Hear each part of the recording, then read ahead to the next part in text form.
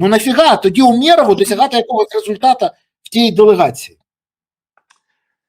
Дивись, я навіть добавлю, ситуація ускладнюється тим, що Європа зацікавлена, щоб ми якомога довше воювали. Вони тепер про це кажуть відкрито. Хтось каже не менше 2 років, а хтось каже до 30-го року, коли Європа, ну скажімо так, зорганізує свою оборонну промисловість і свою безпекову міць, і от тоді вже можна закінчувати цю війну. За це, точно знаючи, хто такий Зеленський, прекрасно розуміючи все, що твориться в країні, вони, тим не менше, виділили нам 90 мільярдів на 2 роки, впевнений, що розрахунок на те, що спочатку у Трампа буде провал в Америці на виборах, потім у Трампа закінчиться термін, і от на той момент уже поговоримо про майбутнє. Вони просто за нашою спиною чекають кращого моменту для європейської безпеки і європейської економіки. Гроші видані, і фактично жодних вимог про припинення цієї авторитарно-корупційної моделі в Україні не звучить. Тому допомоги від європейців, які, напевно, єдині вже на земній кулі пам'ятають про цінності, також чекати неможливо. В зв'язку з тим, Україна має розраховувати виключно на себе. Що ми маємо? Будь-яке обурення населення перейшло межу і, мені здається, вже характеризується ненавистю. Хто мені не вірить, просто відкрийте офіційний сайт президента. Він вчора там написав допис про те, що прийняв міністр оборони Федорова, який йому доповів про нові види дронів. І подивіться коментарі. От просто зверху донизу. Ненависть. Якщо раніше там була смішки, хтось там підтримував, хтось сміявся, потім була така відраза, потім було таке, скажімо, дистанціювання, зараз воно перейшло в ту фазу, яка передувала обом Майданам. Майдан в Україні недопустимий. І саме на усвідомленні цього факту Зеленський продовжує спокійно робити те, що робить. Бо він знає, що активна патріотична частина суспільства обмежила себе в цій можливості, знаючи, що ми тоді втратимо не Зеленського, а Україну. І він спокійний. Інша зброя, свобода слова, ним давно запечатана. Що лишається? З моєї точки зору лишаються 3 головні позиції. Громадська позиція кожного, хто має не мовчати в цій ситуації і називати речі своїми іменами. Президент воюючої країни з такою кількістю друзів-корупціонерів вичерпав кредит, самий більший кредит довіри, який може бути. Вичерпав. Це треба називати речі своїми іменами. Якщо президент, уявіть собі на 1%, давайте припустимо, що він цього всього не знав, що закрадені гроші будують будинок його друзів, в тому числі і для нього, от він просто не знав. І навіть про поїздку свого начальника охорони з близькою до себе людиною на оглядини свого будинку він також не знав. Може ж таки на 1% бути? Може, на 1 може. От він тоді нахалявить президент, який навіть такого не знає, такого масштабу не розуміє.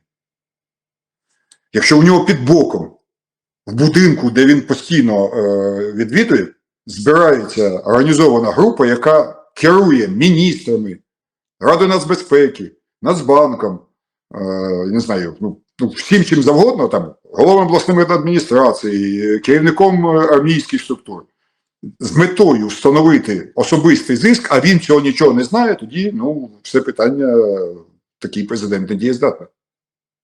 Якщо ж допустити, що все це діялося з його відому, і він вважає 10% невеликою платою за свою героїчну роботу, то це, треба сказати, це неприпустимо в будь-якій країні, а в воюючій особливо. Поставте, курва, ці 4 будинка династії, а поруч фотографію живого скелета, який вийшов, наш боєць, який вийшов, бо його забули годувати на передовій.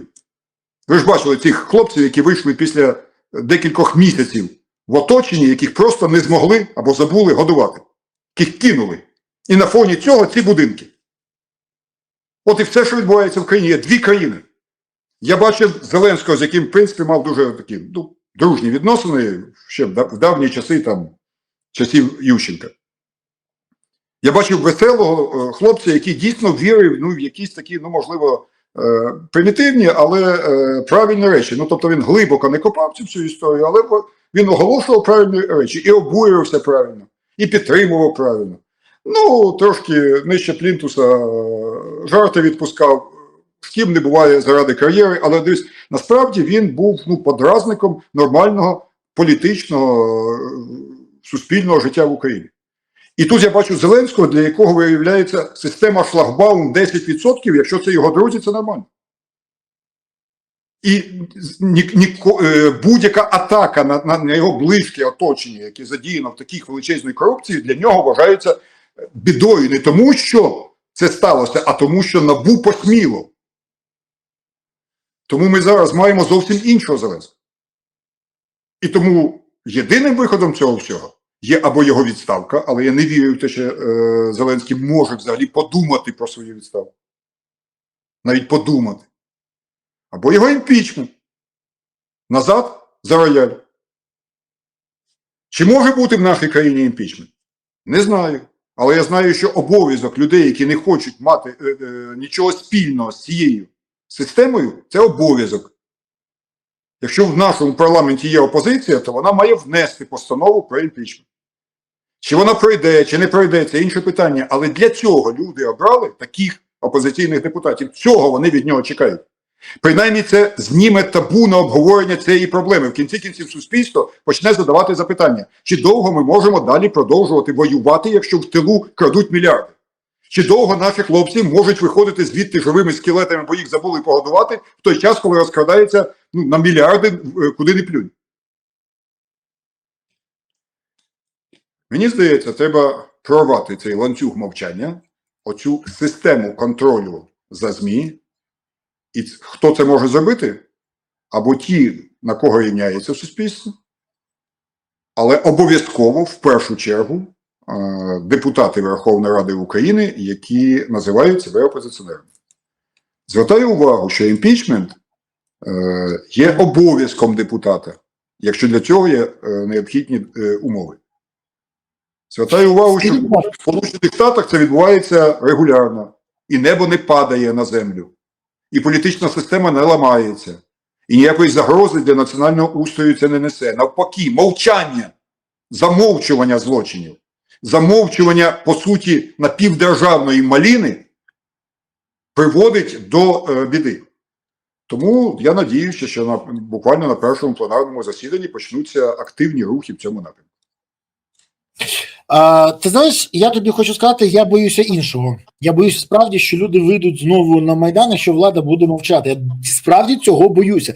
Я пригадав, як колись один з старих політиків сказав мені: ти побачиш, ти ще вимушений будеш виходити і захищати його, тому що через цього дурня буде руйнуватися держава.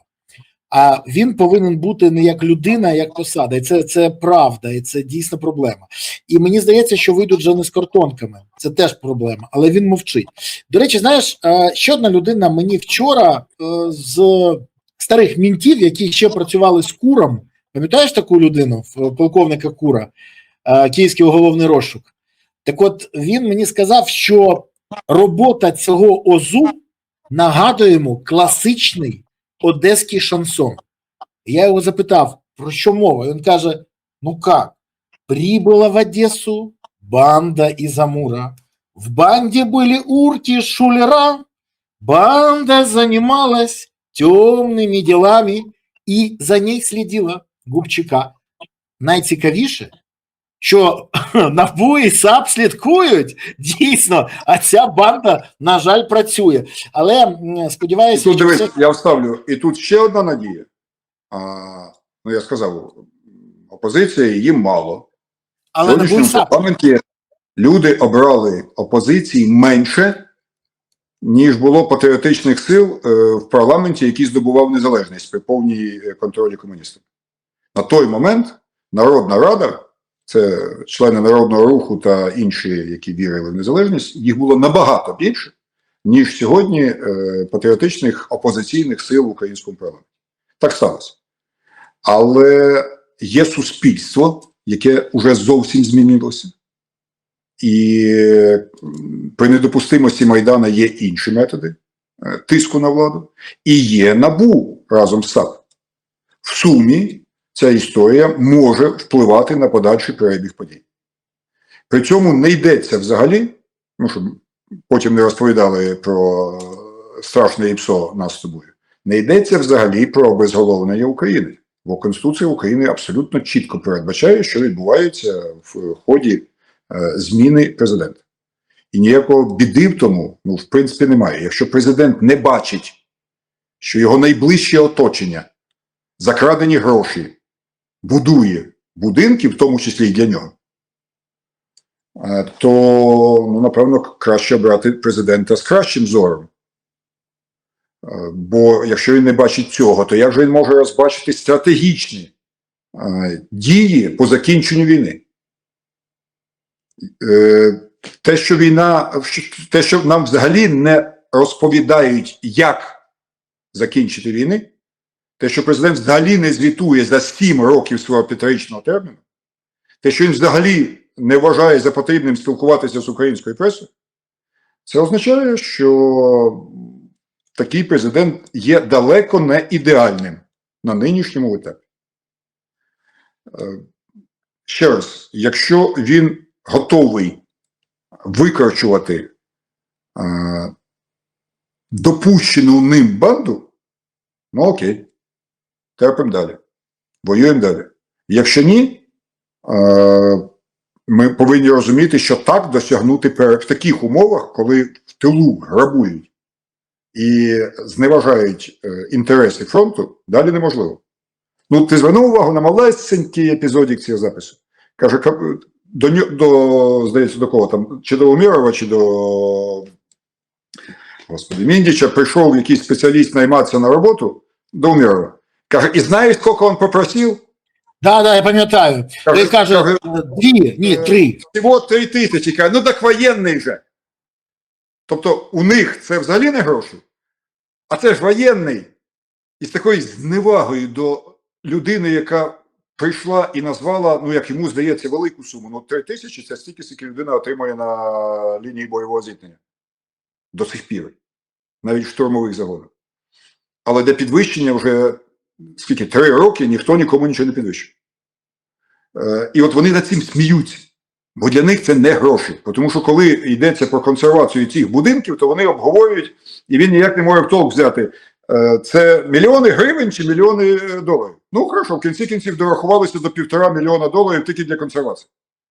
Але при цьому треба ще й зимні сади, якісь там передвіжну кухню, ще якусь хрень з наворотами.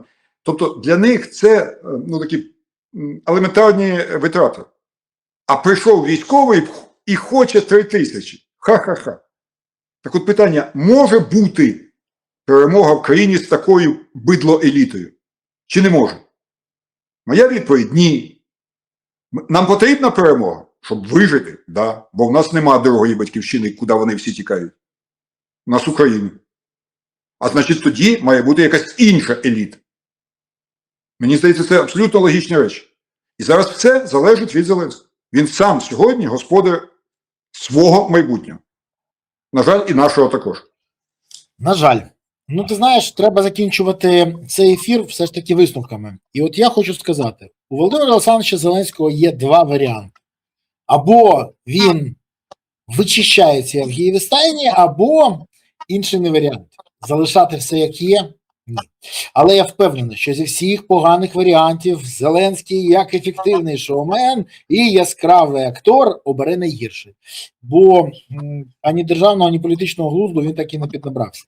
І коли ти підготовку проходив на каналі 1+1 у Коломойського і в клубі веселих і кмітливих у Мислякова в Москві, то чекати від тебе реакції, яка потрібна була бути, не варто. Я вважаю, що Зеленський не буде звільняти. Я вважаю, що він буде замовчувати. Я вважаю, що він буде намагатися загасити цей скандал, відвертаючи увагу, роблячи нові галаси, все що завгодно. І це призведе до дуже поганих наслідків.